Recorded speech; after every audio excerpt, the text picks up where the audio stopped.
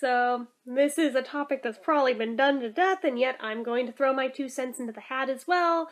But the Nintendo Classic, yes, I am here making yet another video about it, and why it's so damn hard to come by.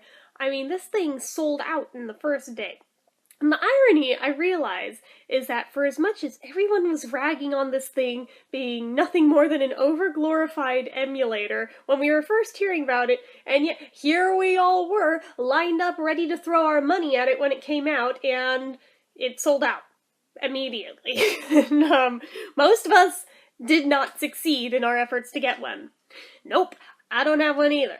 So this is not the first time this has happened with Nintendo, and it seems like there's a pattern of this. This also happened with the Wii. It took me over a year to manage to get a hold of one of those because of all the artificial scarcity to this, which, why Nintendo does this, I don't know. I guess it's to drum up interest, and they figure it'll boost sales in the long run if they make it seem like it's so impossible to get that it must be awesome because everybody's dying to have it, and people are willing to throw crazy amounts of money at it on the secondhand market. I mean, it's purely disgusting what people are charging for it, like on eBay. I legitimately saw one, I don't know if it's sold or not, but I saw somebody attempting to sell one for $80,000. Just fuck scalpers, man. Just fuck scalpers. I hate scalpers. And pretty much anywhere who had them sold them out like that. Part of the problem is that Nintendo only sold a very, very limited amount of consoles to individual stores. They didn't tell them ahead of time that they were only going to do that, nor were there any rules about only one per person or two per person or any rules like that, like are sometimes the case when there's only limited quantities of things.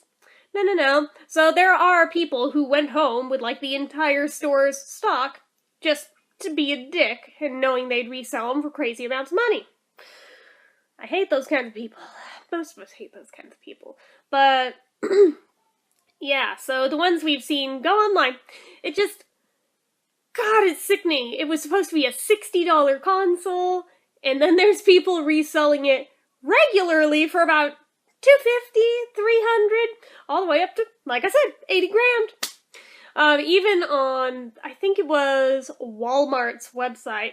And yes, I know the other half of it, and I'm going to get to that in a second. Somebody was trying to sell one on there for, I think it was like $500 or $600, something crazy like that.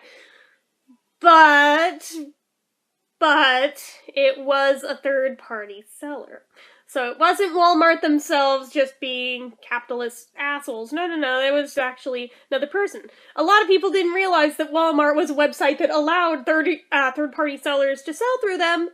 And yet here we are, now we know.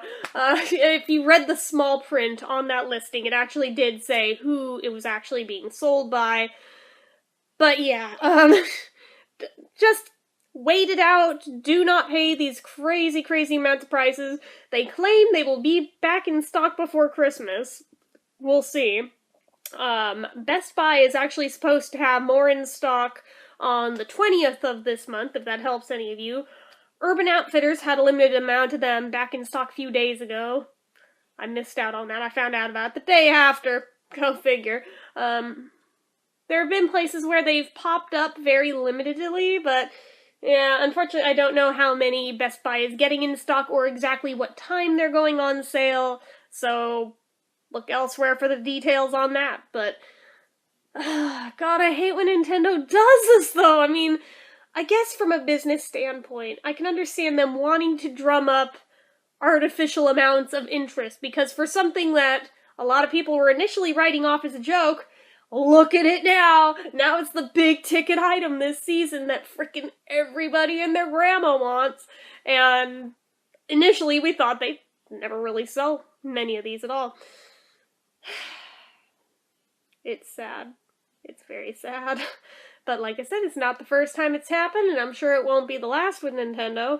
I really hope this doesn't happen with the Switch when it comes out, and yet I can almost guarantee that'll be impossible to get a hold of when it first comes out.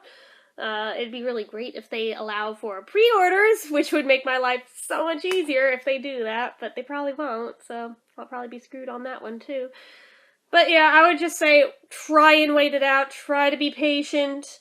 If you're trying to buy one as a gift, go the IOU route if need be. I'm just hoping maybe I'll be lucky and they'll be back in stock by January and I can get one for my birthday at least, if not for Christmas. So, I don't know. It sucks that this is the way the economy is, to where it basically rewards this type of behavior, because as you see, it's not like this business model isn't working.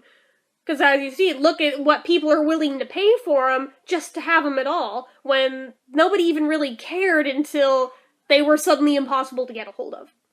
And I highly doubt that it's because of an actual lack of number of consoles made. I bet they have plenty of them. They're just doing their usual artificial scarcity thing, which everybody hates, and yet that seems to be how they go about doing their business. I really think they should reconsider their business model if that's what they're swearing by, but money talks, so what can you do?